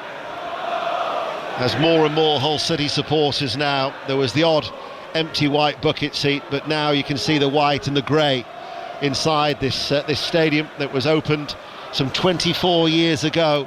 The Hull City supporters, a lot of them now heading for home. And as Achimpong with a rising shot from distance over the top, goal kick, 4-0 they lead. Achimpong second forward, 25 yards out, but gets underneath it. He doesn't really catch it clean. It's sort of like a chunky effort, and he gets some contact, was always rising, wasn't clean. I felt like he could have just put his foot through it. Nice low drive or something towards that far corner. Sergei gives away, to which the former Bosnian international responds. Even now you can't dampen the spirits of the whole supporters as Kumas gets the little flick on, runs forward into the area, pokes it goalwards, off the post. And even now they still couldn't get the consolation. Right-footed, prodded it goalwards, and it bounced off the base of the left-hand post as Chelsea now to release Mayuka away on that far side. What a shame for Luis Kumas. You know, just singing the manager's name, give us a wave, that was nice. You know, to actually say we appreciate what you're doing. Yes, it hasn't been what we expected tonight. It wasn't as close, but his team had a go. Certainly having a go in the championship. They've had to rest and make a few changes, and what an opportunity there. We're sort of just running out of momentum as it just drifted and hit that post, just hoping it would just drop in. Slater slides into the area, picked up on this near side, the right, goes across the face of goal. And there coming in from close range was Kyle Joseph. And he's so annoyed, he's actually slapped his hands on his thighs. He's missed that from close range. They've had 2 chances now to get a consolation goal in stoppage time, and still it won't fall for them. But for Luis Kumas, his first start since he's arrived on loan from Liverpool, he was desperately unlucky moments ago. It was so unlucky because it was unorthodox. He had to just, as it was falling down, just poke it. It was like a toe poker, and it just rolled towards that post, and you see Sanchez beaten, and then a big tackle, and then another ball fizzed across. Last opportunity here. Can they get something? Well, they're playing with a lot of spirit. Cross comes in from the right hand side, and on this occasion Joseph will collect it on that left. Still they battle on despite the scoreline. Giles goes on the outside, stands over the cross, they wait, but gathered in by Sanchez, and indeed there is the full-time whistle. The two managers not only shake hands, they also have a warm holding embrace, and Liam Rosenior climbs the hurdle on his return to Hull with a comfortable and comprehensive 4-0 victory. Pedro Neto with a hat-trick. No such problems for Hull City, Michael Brown. Yeah, there wasn't. They started the game well. We've got to give them credit. Lots of changes because of that championship run-in, but they really had a go. They showed some real desire. They had an organisation, they had a setup. They looked at the structure and said, we're going to play as best we can, try to narrow up. But you asked me at the start about Chelsea's front four. How do you stop them? How do you get near? The momentum, the fluidity of them moving around, and the man who's got that hat-trick, he was the one who set them going, start to create, start to get into good areas. Huge opportunities missed on there, Estevao, and then Liam Delap as it hit the bar with that big mistake from the goalkeeper Phillips. But after that, once Neto got that left foot shot away into the bottom corner, they started to cruise, they looked comfortable, they made some changes. A great away cup performance for Liam Rosenior and this Chelsea side. Estevao got the other goal, Neto will claim the match ball, and Chelsea will claim a place in round 5. It's finished here, Hull City 0, Chelsea 4. He might have to do some paperwork to claim this one, because he's walking around that pitch, he's speaking to the referee, speaking to the officials, asking where the match ball is Pedro Neto. His hat-trick plus a goal from Estevao sees Chelsea through to the 5th round of the FA Cup. Will Wrexham be joining them? Owain Gwyneth. Yes, they will. Wrexham 1, Ipswich 0. Josh Windass' 35th minute goal sends the Welsh side into the 5th round. For the first time since 1997, Wrexham winning the battle of the promotion hopefuls. Ipswich toothless for the majority of the game, and it's Wrexham's first home win of 2026, and their FA Cup story continues. Wrexham 1, Ipswich 0. Owain, thank you so much. You know what, I'm relieved for him. Pedro Neto has his hands on the match ball. Michael Brown took us through the game alongside Ian, and Michael, it become pretty regulation for Chelsea in the end. Yeah, it did. I just watched him trail right across the pitch to find the match ball. I wasn't sure, as I was saying in commentary, he mustn't have knew straight away, because nobody knew for so long of who was going to get given that goal. There was all sorts of delay and wait as it came in from that corner kick, but he was really good, wasn't he, Neto?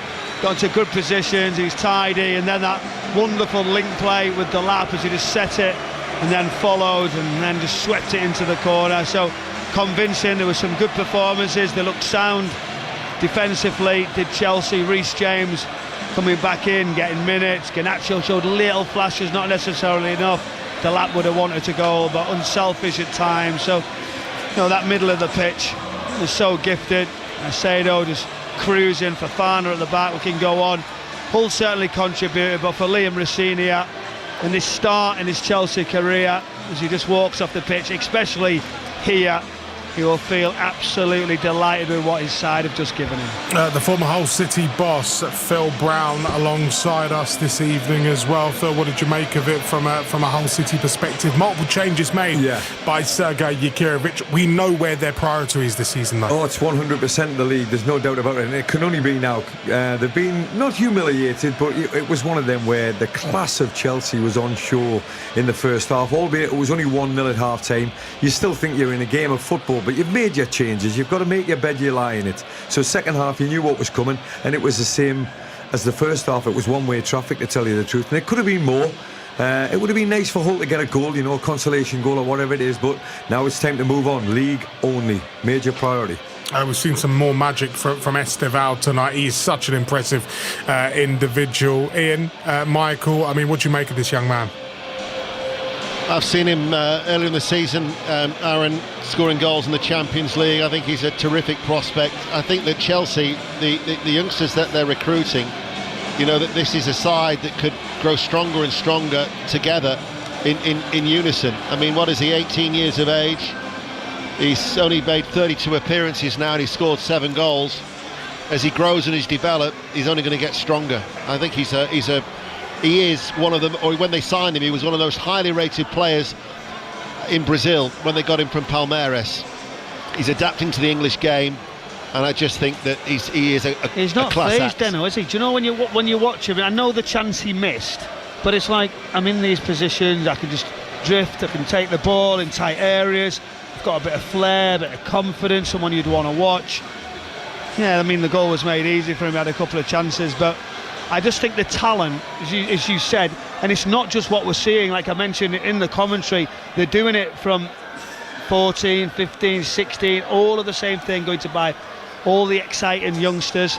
We're not seeing it exactly now to go and win titles, etc., but for all the recruitment that was criticised and what went wrong, they certainly did some of that didn't go so well. They are building a lot of good young players, and if someone can get hold of them, another year or two development, this club are going from strength to strength, you would think, with these type of players. A little bit more maturity, maybe a senior player in that defensive sort of area would be the next one for me. The other thing I'd say, Aaron, is that his temperament as well. He recently had to go back to Brazil on compassionate leave for personal reasons, and Liam Rosenior said it was ahead of the second leg semi-final against Arsenal in the League Cup, and he said, I'm going to leave it to him, I'm going to let him decide when he wants to return.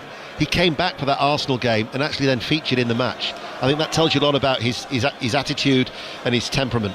Michael, do you think Chelsea are in a good place? I'm talking about where the Premier League is concerned. It's okay disposing with a championship team, but they've done it very, very clinically, and the talent on board is there for everybody to see.